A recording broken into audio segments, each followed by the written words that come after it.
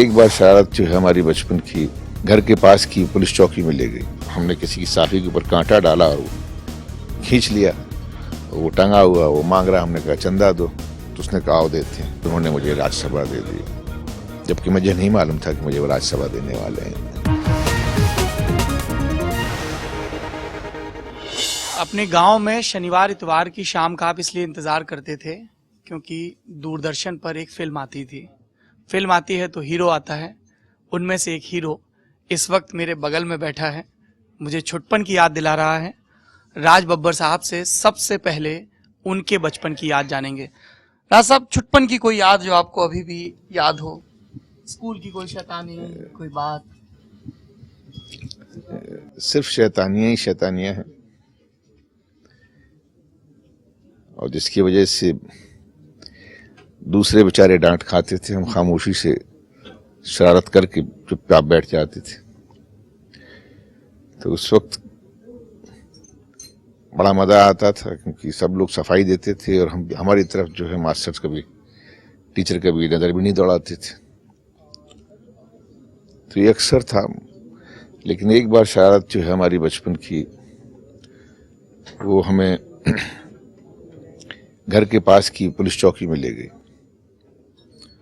तब से ये पता लगा कि हम शरारती हैं, नहीं तो बहुत बचे हुए थे। क्या था वो वाकया? होली से पहले हम लोग होलिका इकट्ठी करते हैं नॉर्थ में। आगरा की बात है, बचपन में। तो हम अपने घर पर बैठकर एक तार के ऊपर से एक मांझे में एक कांटा लगाया जाता है। तो कांटे से किसी की साफी या किसी का कोई भी रुमाल, या बस गलती एक ऐसी हो गई कि वो जिसका निकाला था वो थोड़ा, हमने किसी की साफी के ऊपर कांटा डाला और वो खींच लिया। वो टंगा हुआ, वो मांग रहा, हमने कहा चंदा दो, तो उसने कहा आओ देते हैं। तो मजबूत आदमी था, पहलवान, तो उसने हमारा हाथ पकड़ लिया और हाथ पकड़ के हमने वो चौकी पे ले गया। ये लोग सब शरारत करते हैं और लोगों के जो है, अच्छा वो गमछा जो था उतारते वक्त उसके जो है उसकी टोपी गिर गई। तो वो थोड़ा सा बुरा मान गए, बहुत ज्यादा बुरा मान गए टोपी गिरने को। तो हमें पुलिस चौकी में जब ले गए तो वहां हम बैठे रहे। तो बोला था इनको छोड़ना नहीं, और मैं बैठा रहूंगा जब इनके घर वाले नहीं आएंगे। तो तब तक मेरी हालत खराब थी। मैंने सब कुछ कहा, मैंने कहा भाई मुझसे माफ कर दो, आज के बाद कभी नहीं करेंगे, हम कभी कांटा नहीं लगाएंगे। लेकिन नहीं माना। घर से जब तक मेरी ग्रैंडमदर थी वो नहीं आई जब तक, और वो बाहर खड़ी हुई, वो अंदर नहीं आई थाने में, मतलब चौकी में नहीं आई, तो बाहर खड़ी हुई थी। तो उन्होंने बुलाया उसको कि भाई हम अंदर तो नहीं आएंगे, घर में कोई मर्द नहीं है, जब तक आएंगे तब।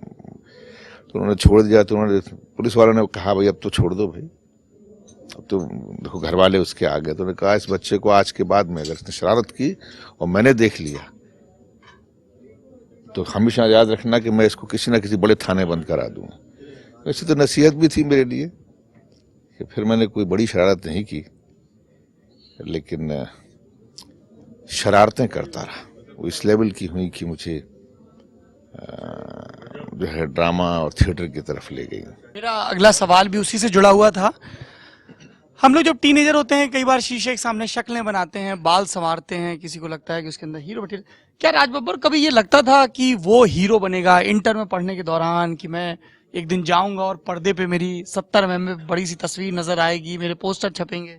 इतना तो नहीं सोचा था, लेकिन पहली बार एक फिल्म देखने गए थे, वो भी दादा दादी के साथ में, जमीन के तारे।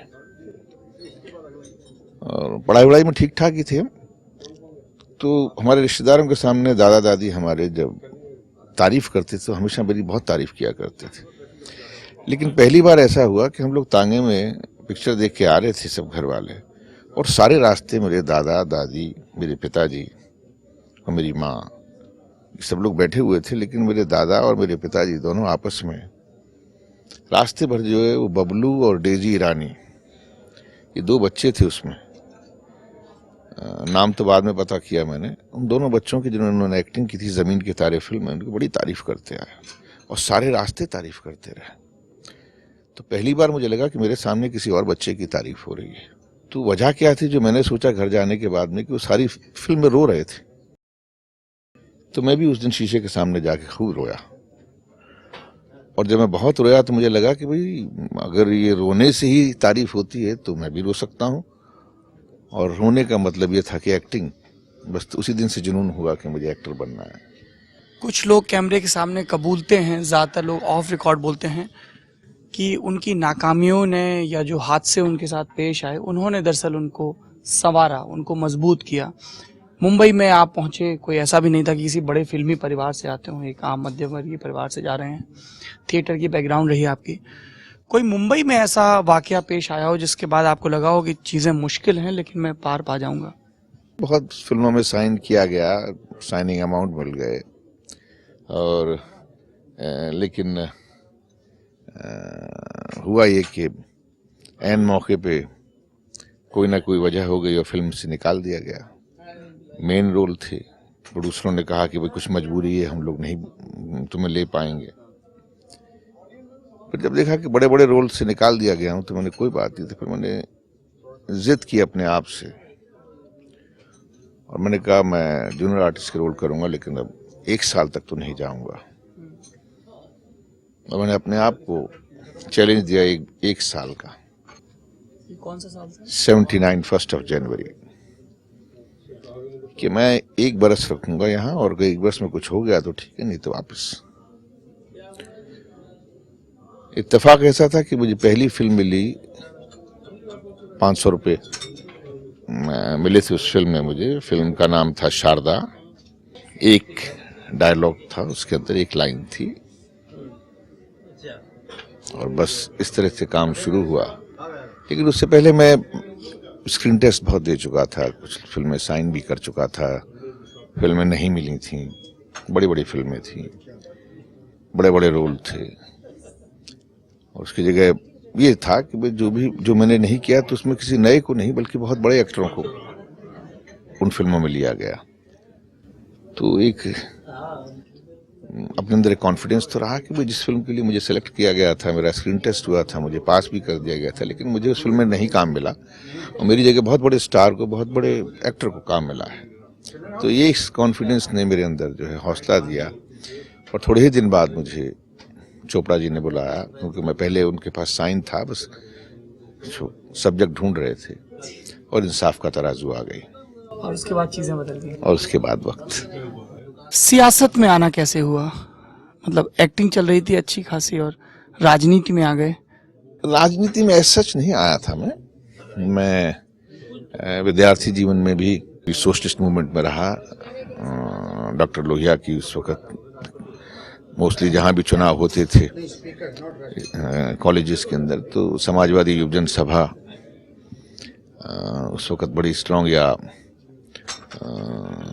अपना या SF होती थी, स्टूडेंट फेडरेशन हुआ करती थी, या विद्यार्थी परिषद होती थी, वो विद्यार्थी परिषद बहुत कम हुआ करती थी। तो मैं SYS में रहा और मैं इलेक्शन भी जीता, तो एक मूवमेंट का हिस्सा रहा। जेल भी गया 2-1 बार, 1967-68 में जेल भी गया। तो कहीं ना कहीं पॉलिटिकली इन्वॉल्व तो था ही, एक्टिविस्ट तो था ही मैं। और फिर जो है एक बार VP सिंह की मूवमेंट में जो है कुछ ऐसे हालात बने कि मैं सिर्फ कैंपेन करने के लिए आया। और 1993 में मुलायम सिंह जी ने मुझे अपने लिए कहा कि भाई मुझे चाहता हूं कि तुम यहाँ आओ और हमारी मदद करो, और उसके बाद उन्होंने मुझे राज्यसभा दे दी, जबकि मुझे नहीं मालूम था कि मुझे वो राज्यसभा देने वाले हैं। बस इस तरह से बच्चों के साथ, जूही के साथ, आर के साथ का कोई अनुभव जिससे आपको ये भी लगा हो कि यार चीज़ें कितनी बदल गई, हम लोगों के वक्त ज़माना कैसा था और इन बच्चों का ज़माना कैसा? अभी भी बात होती ही रहती होगी, रोल भी आपके बदलते रहे हैं, पिता का, दादा का। जी हाँ, बिल्कुल। जूही, आर्य, प्रतीक, अनूप, ये सब लोग प्रोफेशनल हैं और काम करते हैं। और अच्छी बात यह है कि मेरे लिए तो बड़े गौरव की बात है कि जिस प्रोफेशन से मेरा रिश्ता है उसी प्रोफेशन में है, तो बातें भी करते हैं, पूछते भी हैं। लेकिन ये आज के बच्चे हमसे बहुत ज़्यादा एक्यूप्ड हैं, बहुत तैयार हैं, और इनकी तैयारी हमसे कहीं ज़्यादा है। मैं इसलिए नहीं कह रहा हूँ कि मैं अपने बच्चों की बात कर रहा हूँ, मतलब अब जनरेशन की बात कर रहा हूँ। हमें थोड़ा सा लाइसेंस मिल जाया करता था कि साहब ये फिल्म में पहली बार कर रहे हैं हम, तो यार डायरेक्टर भी कहता था कि नया है, प्रोड्यूसर भी बोलता था नया है, तो छूट मिल जाती थी। लेकिन अब इस तरह की छूट नहीं है। नया है, पुराना है, लोग बड़ी प्रोड्यूसर डायरेक्टर भी और पब्लिक भी उनसे डिमांड करती है कि प्रोफेशनल हैं तो प्रोफेशनल की तरह से आएँ। और ये बच्चे भी बहुत तैयार होकर आते हैं, पढ़ लिख कर आते हैं, सिनेमा को समझते के आते हैं। मुझे खुशी है कि मेरे तीनों बच्चों ने ही कहीं ना कहीं, अनूप तो थी एनएसडी से, एंड आर्य, जूही और प्रतीक ने भी जो है अपने आप को तैयार किया, और आज भी उस जद्दोजहद में है, लगे ही रहते हैं। हमने आप लोगों को राजनीतिक मंचों से बहुत शेर व शायरी करते हुए देखा है। कोई शेर, कोई नज्म जो आपको बहुत ताकत देती हो, बहुत हौसला देती हो, या कोई गाना जो आपको बहुत याद आता हो? देखिए जी, मुझे याद, जब दिल्ली में मैं स्ट्रगल तो नहीं कहूँगा, स्ट्रगल में हॉस्टल से जब मैंने अपना 75 में जब मैंने पास आउट हुआ था, तो यहाँ हम लोग रहा करते थे, यहीं धोबी घाट था, एनएसडी के पीछे वहीं रहते थे। तो वहाँ से हम 2-3 लोग जो है रिहर्सल के लिए जाया करते थे। एक प्ले कर रही थी नादरा, उस वक्त मेरी शादी नहीं हुई थी मेरी, तो कभी कभी पैसे नहीं होते थे तो पैदल जाते थे, तो बस एक गाना बस गाया करते थे, और वो गाना शायद ज़िंदगी का मकसद से ही बन गया। हम लोग हैं ऐसे दीवाने, दुनिया को झुकाकर मानेंगे, मंजिल की धुन में आए हैं, मंजिल को पाकर मानेंगे। ये नहीं लगता था कि हम, लेकिन वो जो इस गाने की ताल ऐसी थी कि जब पैदल चल रहे होते थे तो उसमें एक चाल में तेजी आ जाती थी। लेकिन बाद में फिर इस गाने ने कई बार जिंदगी में गाना पड़ा ये और मुझे लगता है कि इस गाने ने हौसला भी दिया। शुक्रिया बब्बर साहब। ये थे राज बब्बर, जो हमें बता रहे थे अपनी दीवानगी के, अपनी जवानी के और बचपन की शरारतों के किस्से। किसी और शख्सियत के साथ thelalantop.com पर हम फिर हाजिर होंगे। शुक्रिया।